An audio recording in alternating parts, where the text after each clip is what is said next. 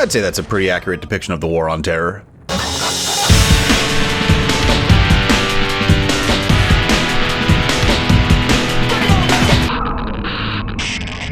Hey fuckheads, it's Rufus. Now I started this channel with a review of 1997's Postal, the intentionally violent and offensive game that launched 1,000 angry grandmas. And last year I finally covered Postal 2, its wildly satirical 2003 sequel which radically raised the bar of bad taste in video games. But now, a terrifying specter looms on the horizon, a game only spoken of in hushed, shameful tones within the Postal community. But fortunately, there are a whole shitload of Postal 2 expansion packs and spin-off games that came out in the meantime, so I can drag my feet as much as I fucking want before dealing with that. Starting off with Postal 2's first official expansion pack, Postal 2: Share the Pain.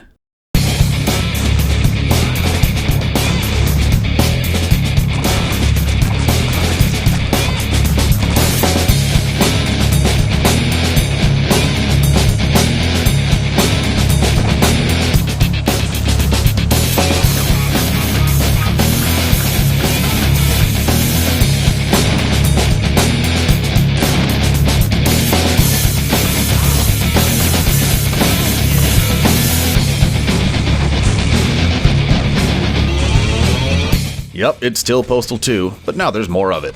Let's dive in.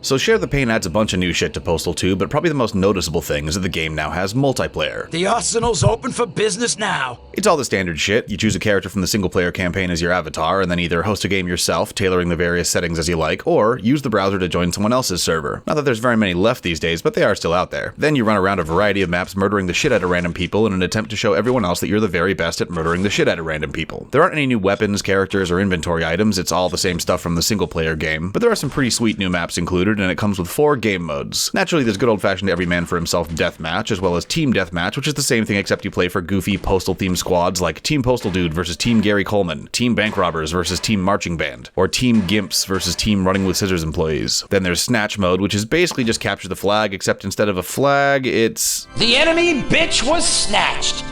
Real classy, guys. And finally, Grab, where you try to be the first player to collect all 10 money bags without getting murdered, getting slightly stronger with each sack you fondle. If you win a match, hot dancing booby ladies appear out of nowhere because this is a Postal game. And if you lose, you'll likely get peed on because this is a Postal game. And then everyone on the server gets to vote on how and where to murder each other next, which is nice and democratic. All in all, it's a run-of-the-mill, yet full-featured multiplayer murder fest. But multiplayer is not the only thing Share the Pain brings to the table. While it doesn't have any new single-player missions, it does add a massive new area to explore. See, after installing the expansion pack, these mysterious tunnels open up all over the town of Paradise, and if you venture down into them, you'll find a fucking massive underground sewer system, which is actually named Obligatory Sewer Complex, and turns out to be where the town's infamous Al-Qaeda terrorist cell has been hiding the entire time. After blowing a fuse box to open a sewer grate, and of course killing a shitload more terrorists, you venture further and further down into the sewers until you eventually resurface in a suspiciously Afghanistan-like desert canyon named Tora Bora. Here you'll find a secret cave complex chock full of even more terrorists to shoot at. Wandering deep enough and you'll run across their massive underground headquarters, which contains, among other things, a bunch of scientists managing some kind of nuclear reactor thingy, a secret terrorist training camp, and a couple of kidnapped National Guard guys who you can bust out of jail to help you fight Al-Qaeda. At least in theory, their AI is pretty trash. And finally, once you make it all the way through the cave system, you'll run into no less than Osama bin Laden himself, armed with a brand new gun called the Weapon of Mass Destruction. Hey game, your early 2000s is showing again. After an epic rocket launcher battle, you get to kill bin Laden and steal the Weapon of Mass Destruction, which is basically a souped-up toxic rocket launcher that poisons everyone in the blast radius. However, before you get to go play with it, you have to fight your entire fucking way back out of the sewers again, which is kind of a dick move on the developer's part. And last but not least, Share the Pain also comes with Post-Ed, the Postal 2 development kit, allowing fans to make their own content for the game, which is arguably its most important feature because what followed was an absolute avalanche of fan-made single-player mods, as well as a fuck ton of custom multiplayer maps, new game modes like King of the Hill, and a goddamn arsenal of truly ridiculous weapons and inventory items. Like seriously, look at this shit.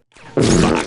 So yeah, releasing an official editor really paid off big for the crazies in the Postal community. Triple kill! 8 months after the release of Postal 2, Arizona's Running with Scissors released Share the Pain as both a cheap downloadable upgrade for owners of the original game, as well as a fancy new boxed edition of Postal 2 with the additional content included. And while it didn't exactly make a dent in the multiplayer supremacy of games like Counter-Strike and Unreal Tournament, it was a welcome addition for existing fans of the Postal series. The main thing that impressed me about this expansion was the new levels. Share the Pain features 14 multiplayer maps out of the box, and while they probably could have gotten away with just a handful of basic arena-type levels, it seems like they actually put some effort in here. You get a creepy abandoned mental asylum, a giant dusty battleship graveyard, a spooky-ass cemetery, a flooded city in the middle of a raging thunderstorm, a destroyed industrial factory, a Grand Canyon-esque ravine, a big-ass sawmill complex, and downtown city streets at night, to name a few. And there seemed to be a fair amount of new textures, props, and scenery created specifically for these levels, rather than just recycling everything from the base game. The maps also have lots of hidden items, deadly hazards, and weird little set pieces to find, which keeps things interesting. In fact, some spots manage to be downright spooky. Now, with that said, some of the maps are just modified versions of levels from the single-player campaign. The train yard is pretty recognizable, as is the ghetto shantytown and the Meat World slaughterhouse. One of the Capture the Flag maps is meant to look like a synagogue versus a mosque, but is basically just two reskinned copies of the Catholic Church. And the single-player suburbs area has been adapted into both a deathmatch map and a winter deathmatch map, which is the same fucking thing but with snow. But to be fair, all the recycled maps are pretty heavily modified and feature big-ass new areas that weren't in the original game, and at least the developers seem self-aware about this, with the snow map's description reading, "Gentle flakes wistfully fall, a piteous attempt to disguise recycled geometry." Actually, a lot of these are pretty fucking funny, like, "Rain falls like the tears of children crying in torrents from having read such pretentious map descriptions." I had a great time with the new single-player levels as well. Unfortunately, there aren't any new characters or weapons besides Osama and his fancy rocket launcher, but the sheer size of the secret underground terrorist hideout is impressive. Like, seriously, it's fucking huge. And they try a few fun new tricks with the map designs, like having you fight precariously along cliffsides and ravines, and making you do a lot more hardcore parkour than usual. Not to mention that these bonus single-player levels are by far the hardest fucking thing in the entire game. Think Final Doom hard. So it makes for a fun challenge.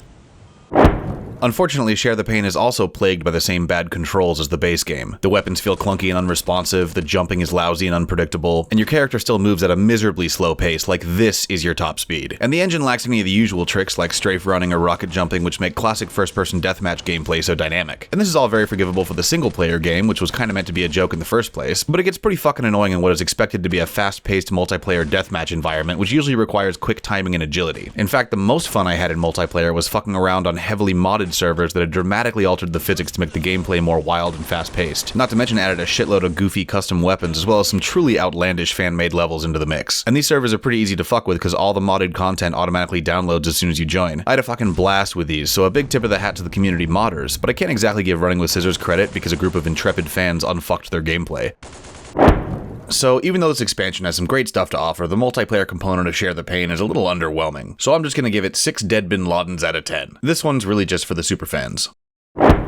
Postal 2 Share the Pain was originally released for Windows, Mac, and Linux back in 2003. Like the rest of the series, it's remained readily available over the years as part of various Postal compilations, and the multiplayer section of the game was even re-released as a completely free download back in 2008. Currently it's available, combined with the original game and the Apocalypse Weekend expansion, on Steam for just $10, and is still being actively updated, so it works with modern Windows, Mac, and Linux computers. While the multiplayer feature of the game is no longer officially supported, it is included and does still work, albeit with a few bugs. No versions exist for mobile or console, but you can run it on pretty much any computer these days if you feel like taking some time out of your day to murder your friends, and a shitload of terrorists. Links in the description.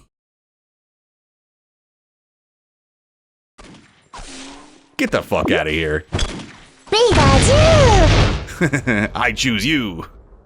Till next time, don't be a menace to South Central while drinking your juice in the hood.